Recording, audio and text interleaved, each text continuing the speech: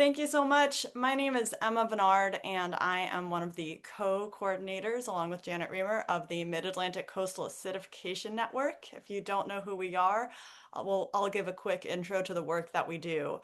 But today, we're really going to be focusing on the incredible work going on in two of the Mid-Atlantic states by learning more about Virginia's Ocean Plan and Delaware's Climate Action Plan.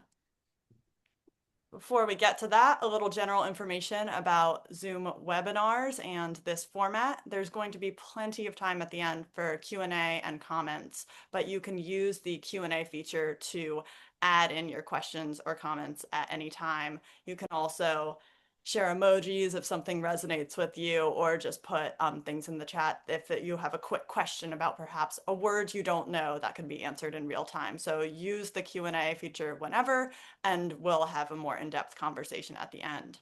Also, this presentation is going to be recorded and available on our website as well as our YouTube channel. So if you miss anything or want to go back and review, you'll have that option. We'll share that with all registrants in an email soon. This webinar, I also wanted to note, is a collaboration with the Mid-Atlantic Regional Council on the Ocean, or MARCO's Coastal Carbon Collaborative Work Group, which is led by Janet. So a little bit about MACAN.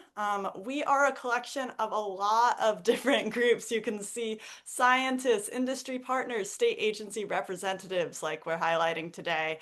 And we are focused in the Mid-Atlantic region. So that's Long Island Sound down to coastal Virginia.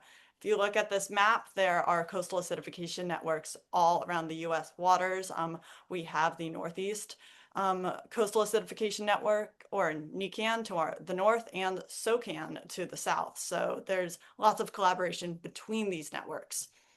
We have goals around guiding regional observation, research, and modeling, contributing to studies, coordinating best practices for monitoring and data collection, educating stakeholders on coastal and ocean acidification's impacts. So that is something we'll be learning a little bit about today, and then also collaborating on mitigation and restoration planning.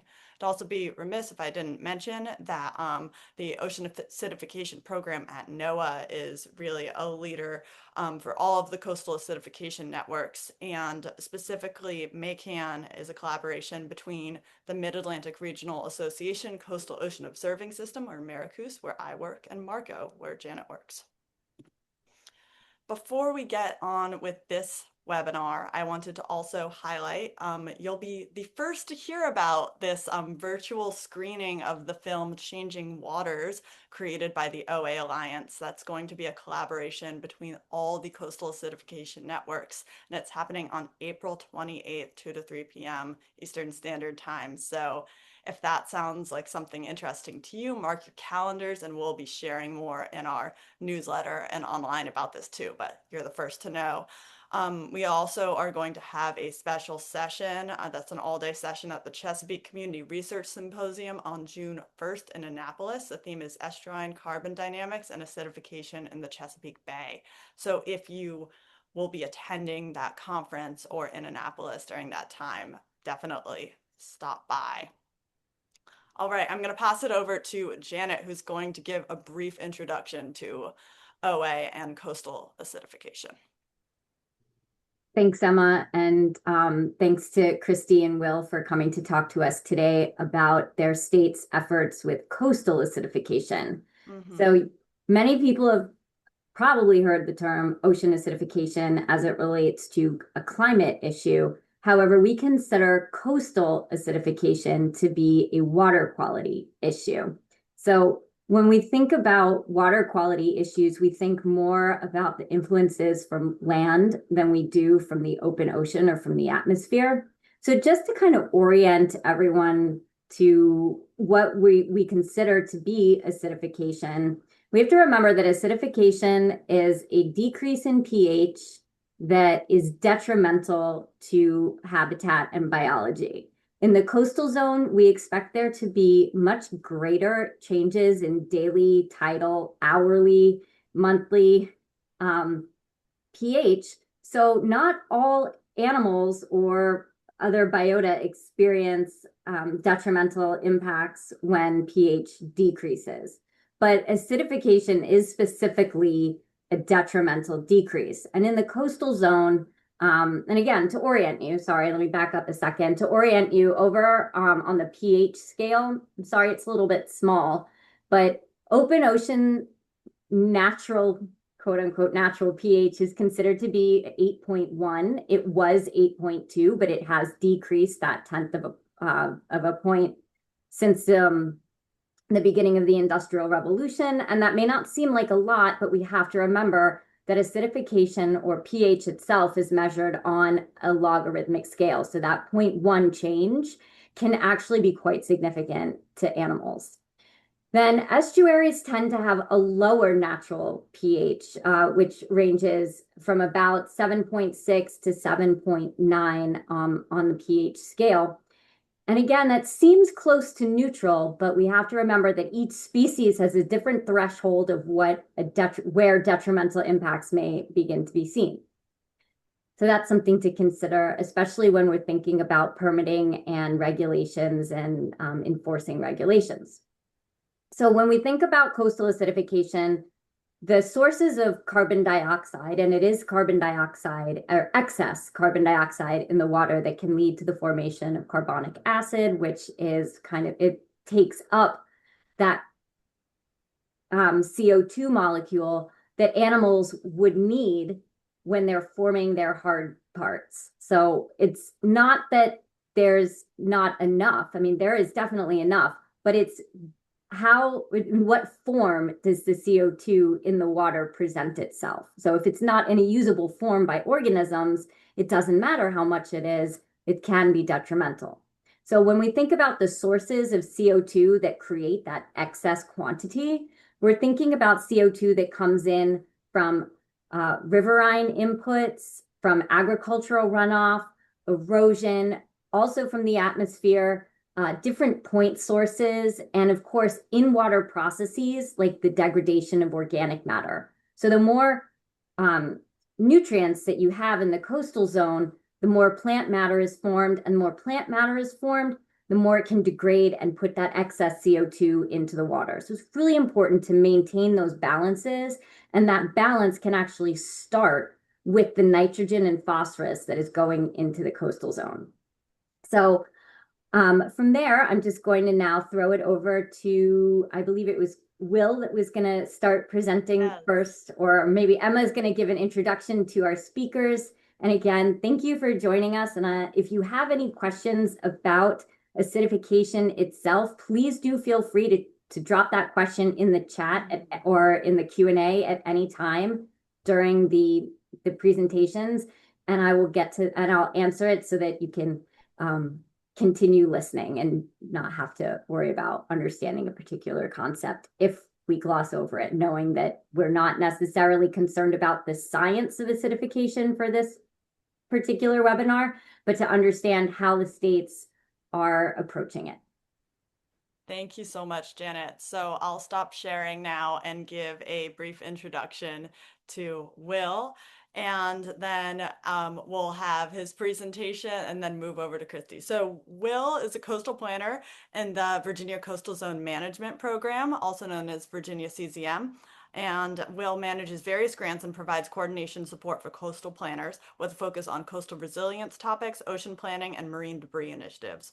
Will is also the state co-lead of the Mid-Atlantic Marine Debris Work Group, sharing the role with Katie Morgan from NOAA's Marine Debris Program. Before joining CZM in 2022, he spent 9 years working in the water quality programs at the Virginia Department of Environmental Quality.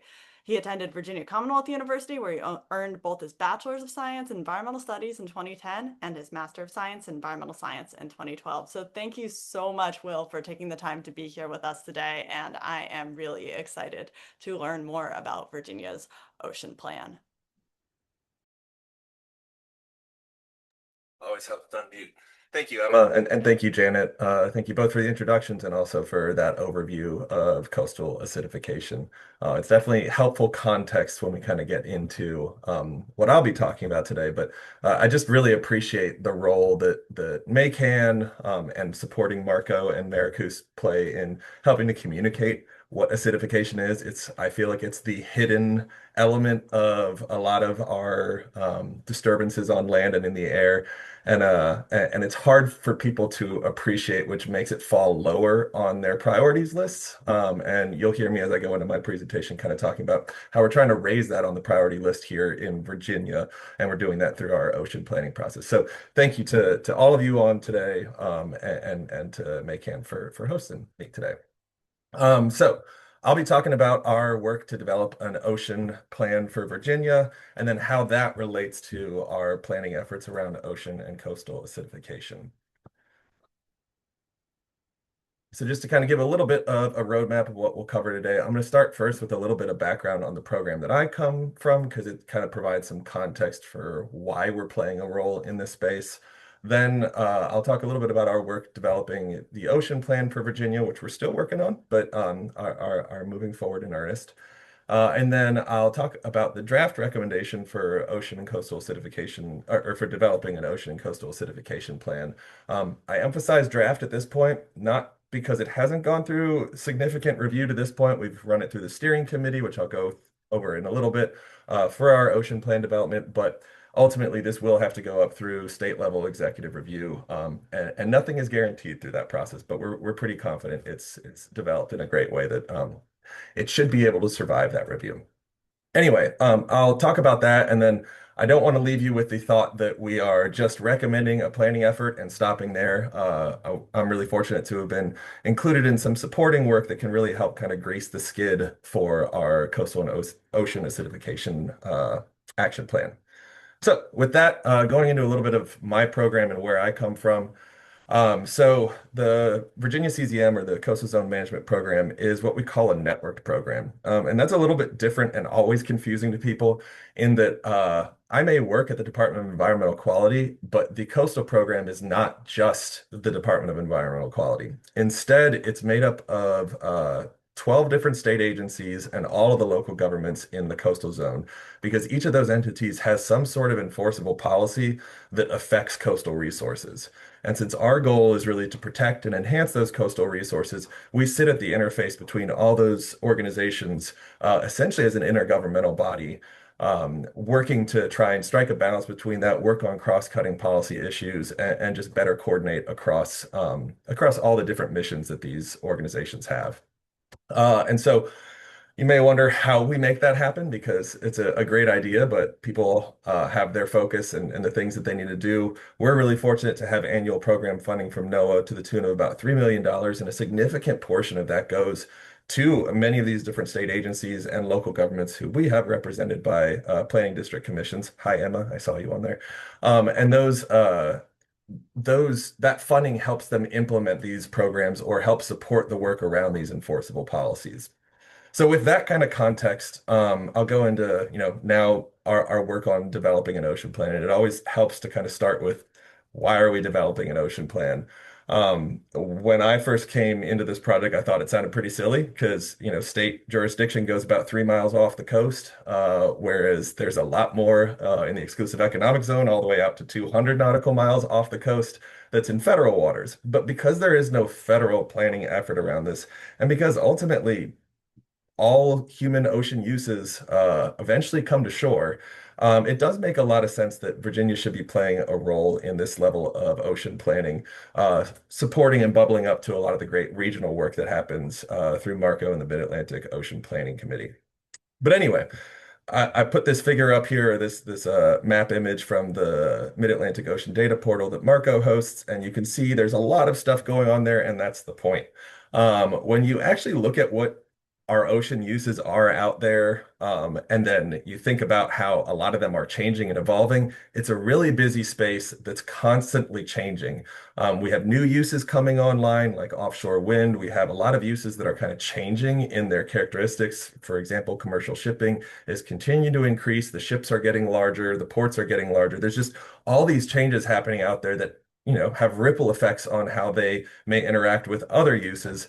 Meanwhile, no surprise to folks on this webinar, the ocean itself is changing. And so that's changing where species are going to be located. And that's going to have impacts on fisheries, impacts just on the general sustainability of a lot of these systems. And so there's a lot going on.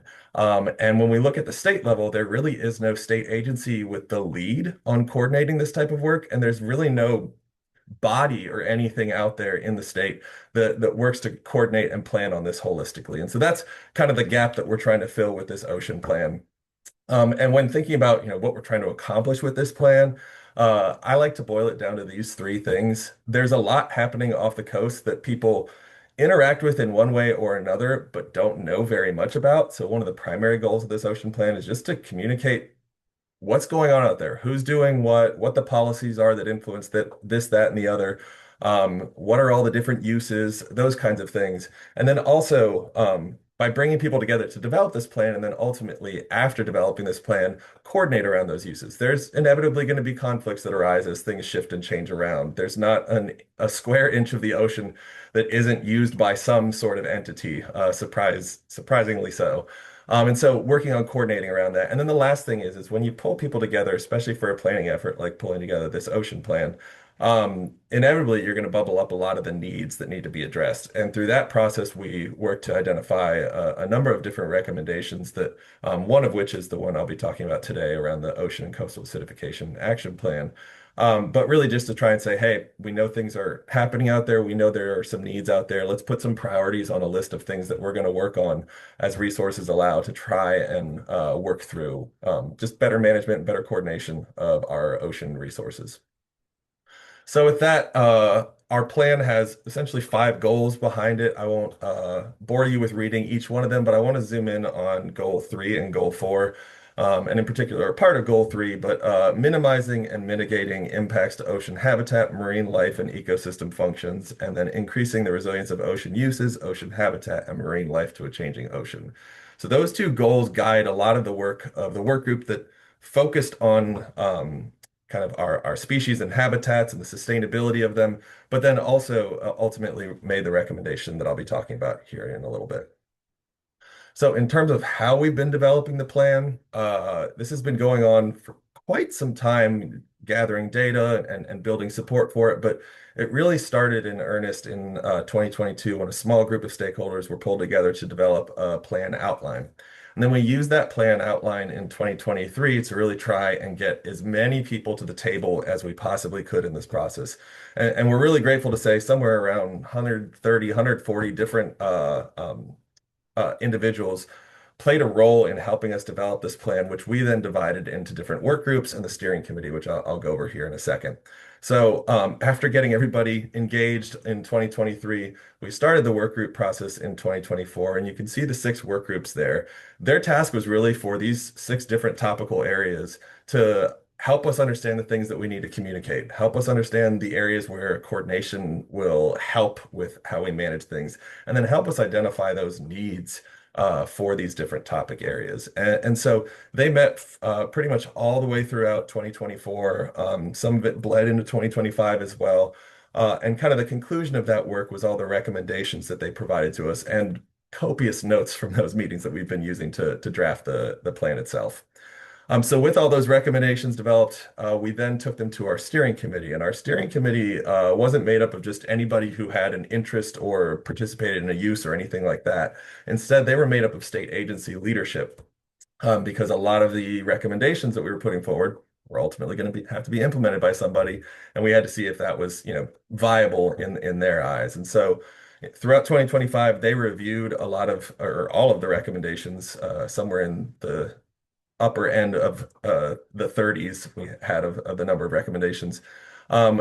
Ultimately approved those after a lot of back and forth and trimming it down some and modifying a lot of them. And then we've been spending the rest of 2025 and so far in 2026 drafting the plan with our goal of wrapping that up this year and then sending it up for executive review sometime this year and then going out for public comment and public review. So zooming in on that sustainability and conservation work group, because just again, of the 6 work groups, it's the one on the bottom there.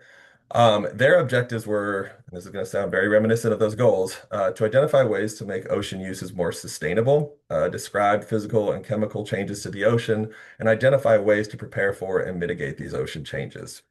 And so with that in mind, they had a bunch of recommendations they developed, but for the purpose of today's talk, I really want to zoom in on the draft recommendation around an ocean and coastal acidification action plan. Um, I put action plan in there sometimes, I just call it a plan other times. I don't think we've settled on the name, so apologies for swaying back and forth there. But anyway, it's a pretty lengthy recommendation that was put together because we really did talk about it as like a subgroup in pretty good detail. But just to kind of pull out some of the highlights of it, of course, it's a recommendation to develop a plan to address ocean and coastal acidification.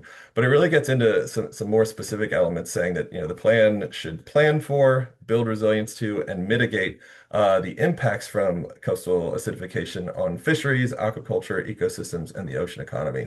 As Janet was talking at the top of this webinar, as waters get more acidic, the building blocks for these for shellfish in particular can be pretty limited. And so once you get below certain pHs, the ability for these shell building organisms to build their shells just it ceases to exist. And so obviously when you have things like that, there can be some pretty big impacts on our aquaculture in Virginia, which is primarily shellfish aquaculture. That's clams and oysters. But then also on fisheries out in the ocean. I know we're talking mostly about coastal acidification, but because this was an ocean plan, we were also looking at, okay, long term as the ocean waters acidify and habitat ranges change, what's that going to do to our fisheries and how we keep those sustainable and resilient. A really good example there being one of our top grossing fisheries is the scallop fishery. And that's already seeing impacts from acidification in some of the southern portions of its range. Anyway, so with that kind of in mind, of that's what the goal of this plan is. We also had some language in the recommendation that really focused our attention on who should be involved here. And there's kind of a lot of a list of people who should be involved, or organizations or organization types.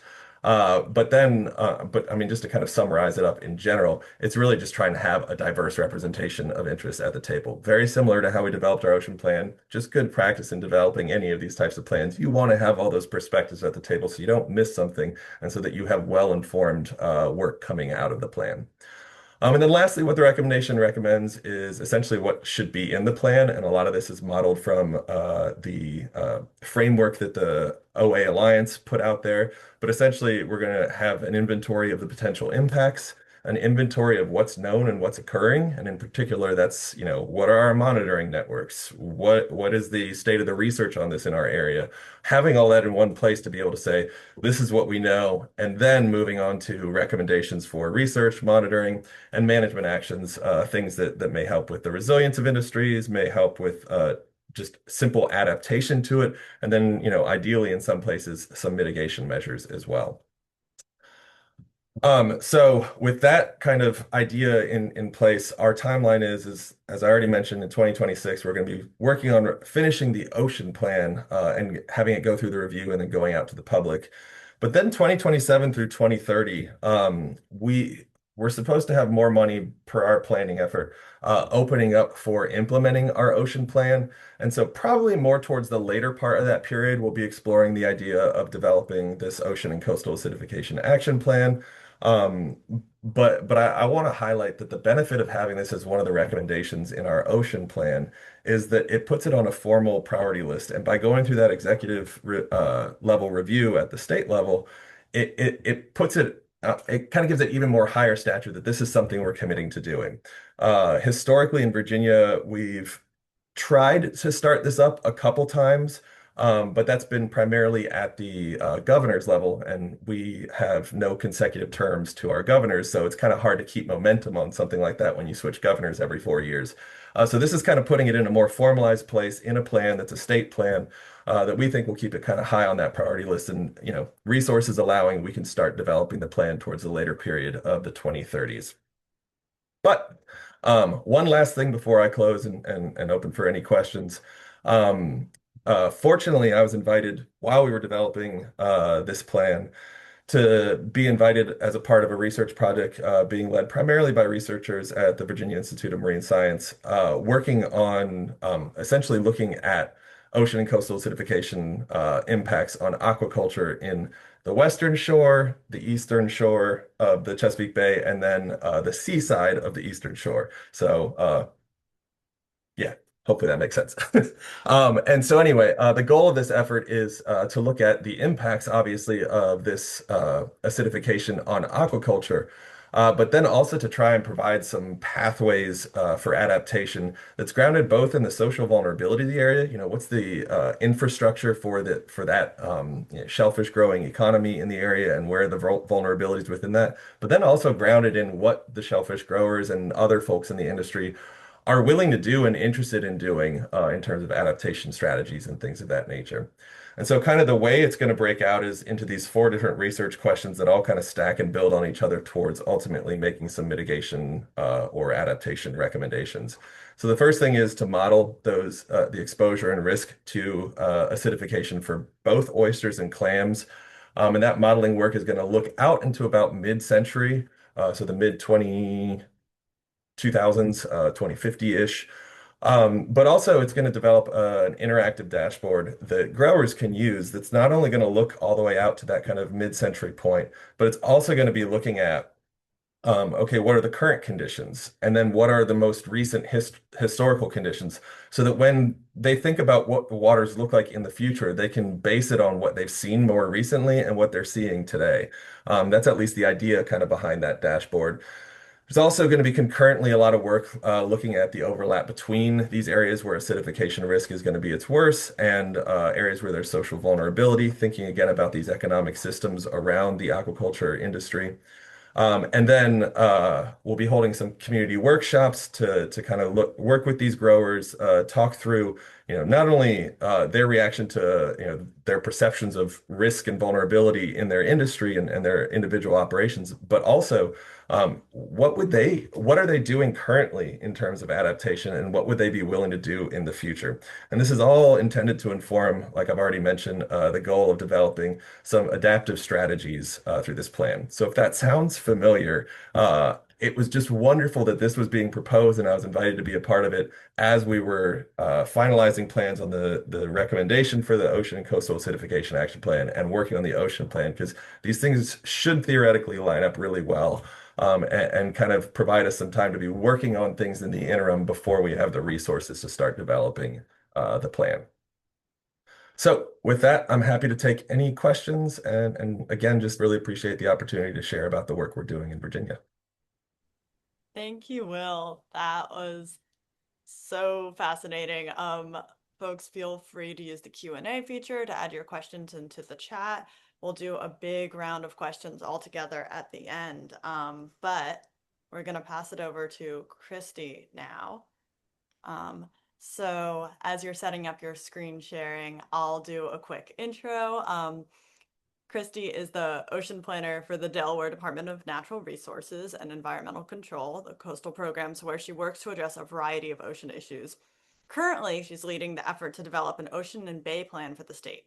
Kristi's also actively involved in MARCO, serving in multiple work groups and as a steering committee member on the Mid-Atlantic Ocean Planning Committee to help guide regional ocean planning efforts. Prior to her position with the state, Kristi spent 7 years studying biological control methods for invasive insects on the campus of her alma mater, the University of Delaware. So take it away, and as like with the last presentation, put your questions in the chat, use emojis to react. I know it's a webinar, but it's really great to still feel a little bit in community as we're doing this. So now I'll let you. Thanks so much, Emma. You can hear me okay? Loud and clear. Great. Thank you for that nice introduction, and thank you everyone for being here today. I know it's your lunch hour, so we'll try to get you back to lunch and so that you don't miss it. Or maybe you're eating right now. That's great. Little entertainment while you're listening. So today I'm going to be the face of the Delaware Climate Action Plan, but I just want to let you know that I'm just one of the many contributors to this plan. There were people who worked tirelessly and endlessly to make this happen in a very short amount of time. And a couple of those people are on the call. So I just want to say that I was just like a little piece of this, and I'm honored to be a little piece of this, and honored that I'm able to even present about it. And we have a ton of people who worked really, really, really hard on getting this climate action plan updated. And today I'd like to give you an inside look at how climate change has impacted Delaware and why we needed an updated climate action plan. We had our first one back in 2021, I think. And it was a great jumping off point, and a lot has changed since then. So we're going to tell you why we needed it, how the plan is organized and how it was developed, and also introduce the actions that we've committed to pursuing relating to ocean and coastal acidification. So I don't need to preach to this crowd about why the climate is changing, but I did want to provide you a little bit of an extra understanding of how Delaware fits into the picture. Our main emissions primarily come from cars, industrial activity, and electricity generation. And they have real world implications here in Delaware, primarily through we're seeing increased temperatures, sea level rise, more intense storms, and in general, weather in the extreme category, like the extended drought at the end of 2024, I think, that worsened water quality in the state. And more recently, this historically cold winter. And I don't know about where you are in this world right now, but here in Delaware, it was like 85 degrees yesterday, and we're supposed to get snow later today. So it's been a strange time, and we can have climate change to thank for that. So in the past 125 years, average temperatures in Delaware have risen 3 degrees and sea level rise up to 15 inches. And so as global concentrations of the greenhouse gas pollution increases, these trends are continuing and accelerating. We have actually recently updated the climate change projections for our state, and those are available online. When I get done talking, I can put the link in the chat to our Delaware Climate Action Plan webpage. And these changes not only impact the environment and people, but we're seeing a very real cost to Delaware. If these risks aren't abated by rapid emissions reductions, then the calculated cost to Delaware would exceed $1 billion annually by the late century. And these costs are associated, with heat-related mortality, disease, decreased water quality, and high tide flooding, among others. So all like really serious stuff. And these changes are affecting everyone in our state. We had a lot of public come out and a lot of people take surveys, and what we're seeing is that flooding, extreme storms, heat, and they all damage infrastructure that wasn't built to withstand these conditions, including our energy systems. Sea level rise is drowning wetlands and uplands and impacting water quality and availability. And also damage from storms is increasing the cost for infrastructure and insurance coverage. All of these are negatively impacting and influencing human health, and people want to do something about it. But there's good news. Taking action on climate change has co-benefits beyond just fixing the issue at hand. We emphasize this a lot during the planning process that, the co-benefits for cleaner air, less flooding, improved housing quality, they're all going to come with these emission reductions. And of course, one of the co-benefits not pictured here is reducing the acceleration of ocean and coastal acidification. So now you have some context on the need to act. So let's talk specifically about our new climate action plan and our process for developing it. The Delaware Climate Action Plan is a comprehensive and statewide playbook for addressing climate change in Delaware. It builds on the 2021 Climate Action Plan, taking a twofold approach addressing both the causes and consequences of climate change. It charts a path forward for achieving net zero emissions by 2050, and it highlights how to protect our communities from the compounding impacts of climate change. The plan, while coordinated and drafted by DNREC, is a statewide, economy-wide plan driven by feedback from the public and from Delawareans. It's the result of nearly 2 years of data collection, public engagement, collaboration with technical experts, and close coordination with other state agencies. The centerpiece of the plan, and likely the part that you're most interested in, are the goals, the strategies, and the actions for emission reductions and adaptation to protect our communities. The goals are like broad outcomes to achieve over a long time period, and the strategies encompass one of the many approaches to achieving the goal, and then the actions are a specific selection of steps that could feasibly be initiated within the next 5 years. So they kind of like get more granular as you move down the list. The goals and strategies are somewhat evergreen and will likely be repeated in future plans. As much as it pains me to say this, there will be updates to this plan very regularly. And so the actions that we target each 5-year action plan will probably change and evolve as we make progress, but those goals and strategies will likely remain fairly similar. And for the first time, which I'm so happy about, the plan incorporates ocean-based climate mitigation and adaptation strategies, focused largely on ocean and coastal acidification. As Janet mentioned earlier, we think of acidification as both a climate issue and a water quality issue. Ocean acidification is really driven by that, by the CO2 uptake by the ocean, and coastal acidification is a really complex process that is driven by both human-caused factors and natural processes like upwelling and freshwater input.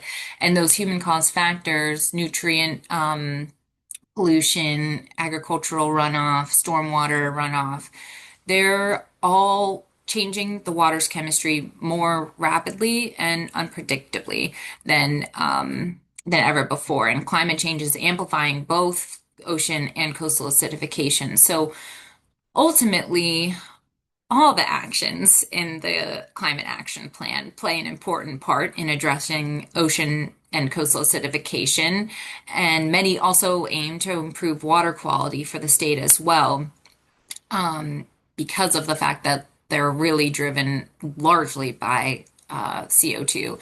But I want to highlight the few actions that are directly focused on reducing ocean and coastal acidification, because we worked really hard on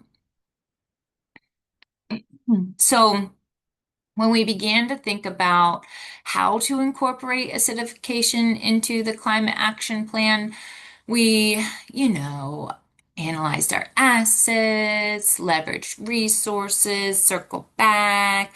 No, we really ran to Macon, Maylee Janet from Marco, and Kirsten Wakefield from Maricus for help. So I have to give them huge credit because they took our list of potential actions that we came up with and helped us refine them so that they were relevant and focused so that we could safeguard our seafood sector and our coastal economy and livelihoods. The areas we really want to focus on are expanding our research and monitoring efforts, protecting and, in some cases, enhancing carbon storage in marine environments, as well as gathering information on marine carbon dioxide removal and how different approaches may impact acidification. So now we can get into our goals, strategies, and actions based on those focus areas. So we know from research done by Delaware Coastal Program staff back in 2016 that led to a report titled Delaware and Ocean Acidification. It had several recommendations, and one of those recommendations were that we need to improve existing water monitoring and planning in Delaware. And that really brought us to our first goal. Breaking that down into further strategies to address to get that goal off the ground is we want to research and monitor the impacts of coastal acidification, and we want to use acidification research to inform planning and preparedness efforts.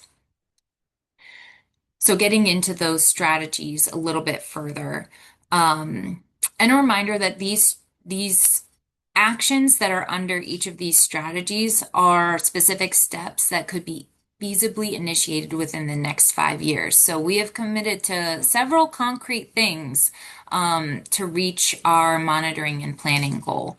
And those include expanding coastal acidification monitoring for the big four so that we can see and identify long-term trends.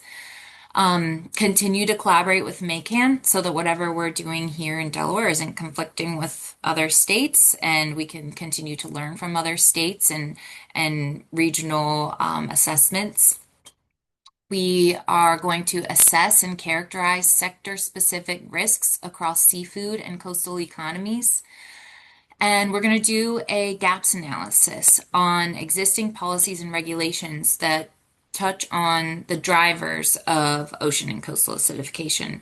And that will hopefully show us where policy can be improved or strengthened to help us address those human-caused drivers. And finally, similar to Will's recommendation, we want to develop a coordinated plan to address ocean and coastal acidification.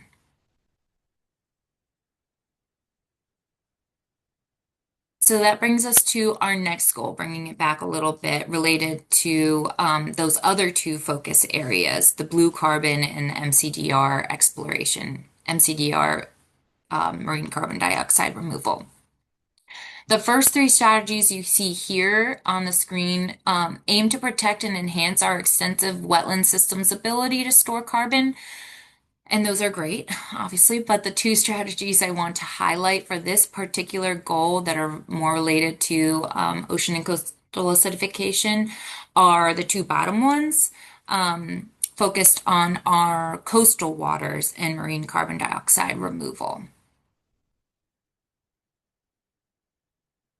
So achieving our ambitious 2050 net zero emissions goals requires heavy reliance on carbon sequestration. And as a small state, there are limited options for large scale land-based sequestration, especially when housing development is just running crazy. So these actions outline a course to strengthen the ability of marine environments to store carbon.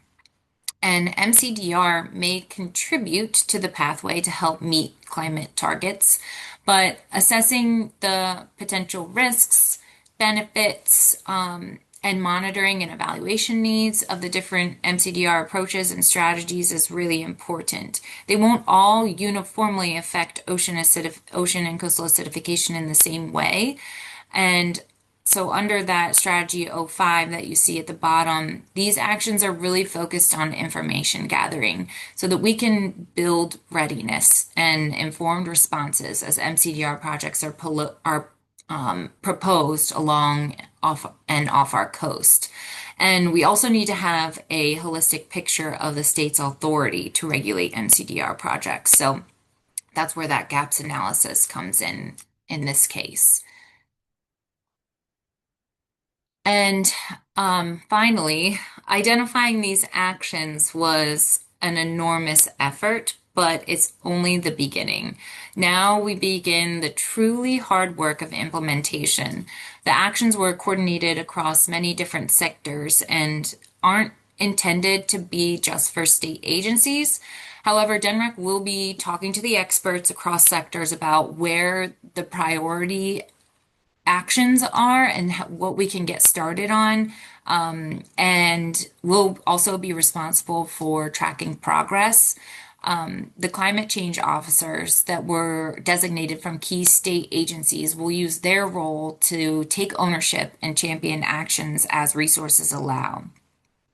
And occasionally a wrench gets thrown into very well laid plans, but through continued coordination at both the state and regional levels, we can be strong in our numbers, which is why we're so grateful for Macon, Marco, Maricus, all the M's for providing a forum for us to work together and find solutions for some of these most challenging issues that span across our state border. And similar to Will's story, we know that here we are also creating an ocean and bay plan, as Emma mentioned in my intro, and that's going to play a big part in implementing some of these ocean and coastal acidification actions that we have set out to do. And a lot of them we're already thinking about. Also similar to Will's coastal management program, we also receive annual funding from NOAA as a coastal management program. And as part of that funding, we are currently prioritizing how we can use the funding to implement as many of these actions as we can, and like what we want to tackle first and what we want to include within our next year's proposed budget. So all those conversations are happening, and looking forward to what comes of it and continuing our collaboration with you all to make sure that we get some actions implemented and taking place. So that concludes my portion of this webinar. So I'm going to go ahead and stop sharing. Thank you for two incredible presentations. We now have about 12 minutes for questions. So for participants, you can raise your hand and we'll let you come off mute and ask your question, or you can put it in the Q&A feature. And so I'll take a second to pause. But if you don't ask any questions, I have lots of questions. So make sure to get your questions in there, or I'll just monopolize question time.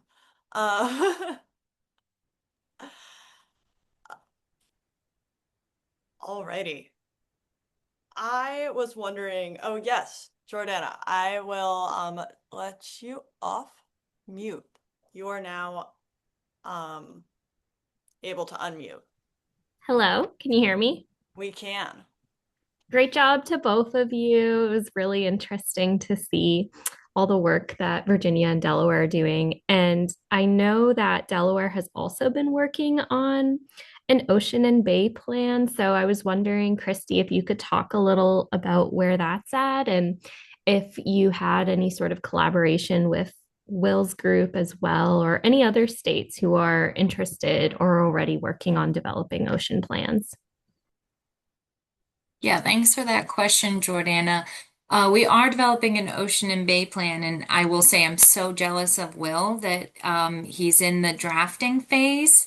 So we are in our process. We just hit like our second major milestone of the ocean and bay plan. Our first milestone was developing an inventory of the marine activities that occur off our coast. And we were able to work with the University of Delaware to develop that inventory, and it's online and not. Oh yes, Janet, thank you for putting that in the chat. Oh, that's the climate action plan. I'll also put the Ocean and Bay Plan website in the chat as well. So we were able to put out an activity guide that kind of runs through all the marine activities that occur off our coast and gives you a snapshot of a little description of what it is, the spatial extent, the temporal extent, and where you can find more information about it. And that was really exciting. We are working on a mapping tool that will describe the interactions between all the activities that we have off our coast and other activities and other resources.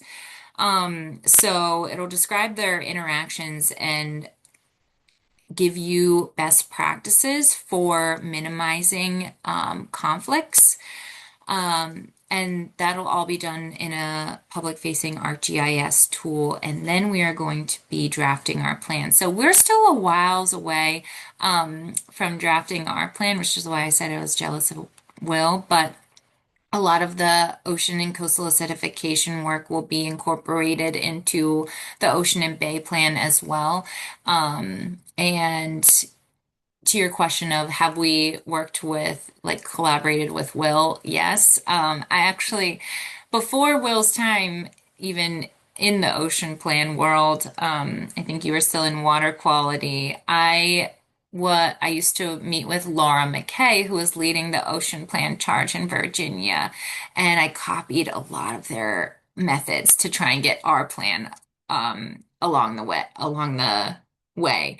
And Will and Ryan at Virginia have been such great resources when it comes to ocean planning process, and I've learned so much from them. We've had a couple regular meetings about sharing our qualms and the successes, mostly successes, but also commiserating about planning for a large body of water.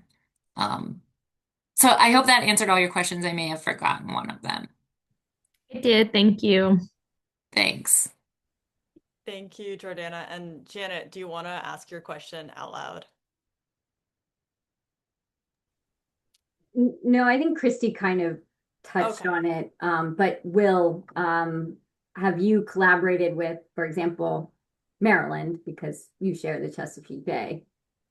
Yeah, with regards to the ocean plan, which I know the question's a little bit more on the acidification planning work. With regards to the ocean plan, we haven't done much coordination with Maryland, mostly because originally we envisioned it as basically knee deep in the water and out from the seaside of the Eastern Shore and the Virginia Beach area. But as I said at the beginning, when you start talking about uses offshore, things come back onshore. And so we kind of moved back up into the bay. And that was also a conversation that happened a lot. We were thinking originally ocean acidification exclusively because that was the focus of the ocean plan.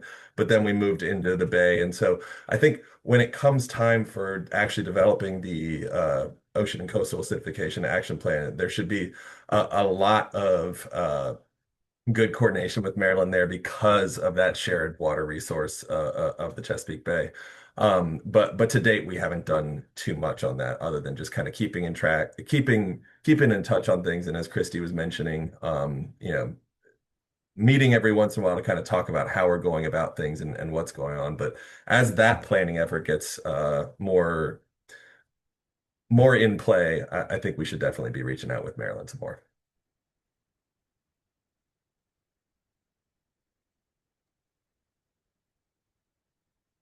I had a question for both of you, which is comparing, I mean, when we look at Virginia and Delaware, there's some large differences in the population of the state, the size of the state, location, but we also have some similarities. Your two mid-Atlantic Bay states and having the Delaware Bay and the Chesapeake Bay as such integral parts of your state's identities, economies, and environment.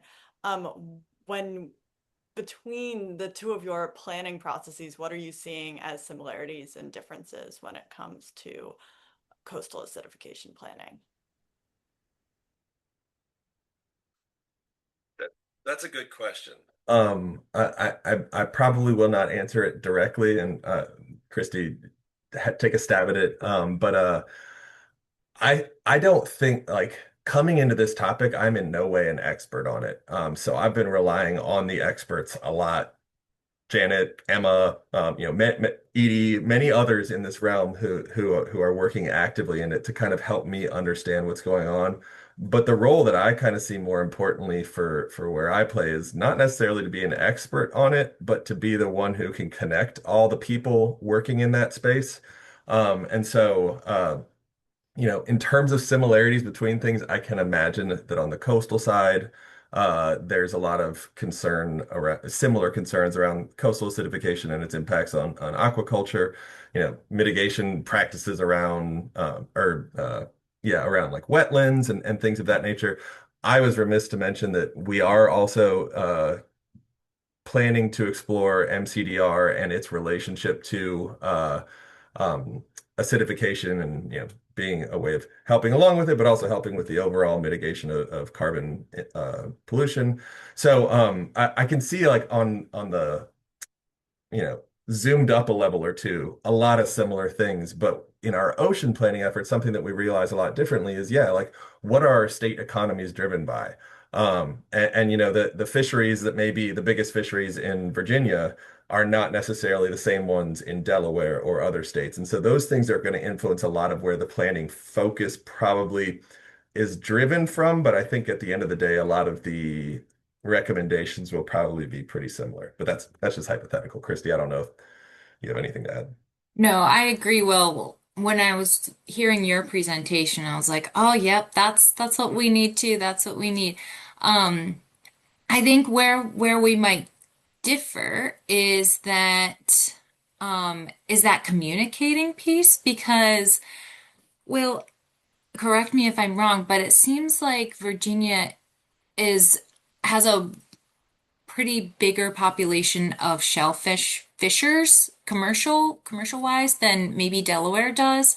And I think that you may see and be able to feel the impacts mo before us, and I think that's going to help in driving your actions to address acidification because I think that um, having real stories about who is impacted and being able to hear from real people is going to be really important to drive change.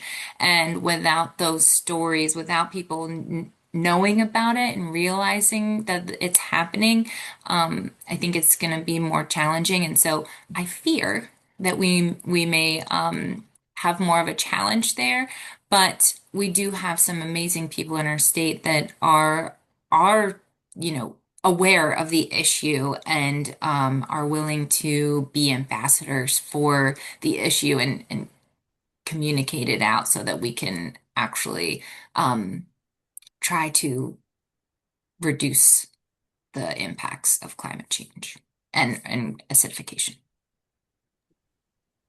Thank you so much. That was super helpful.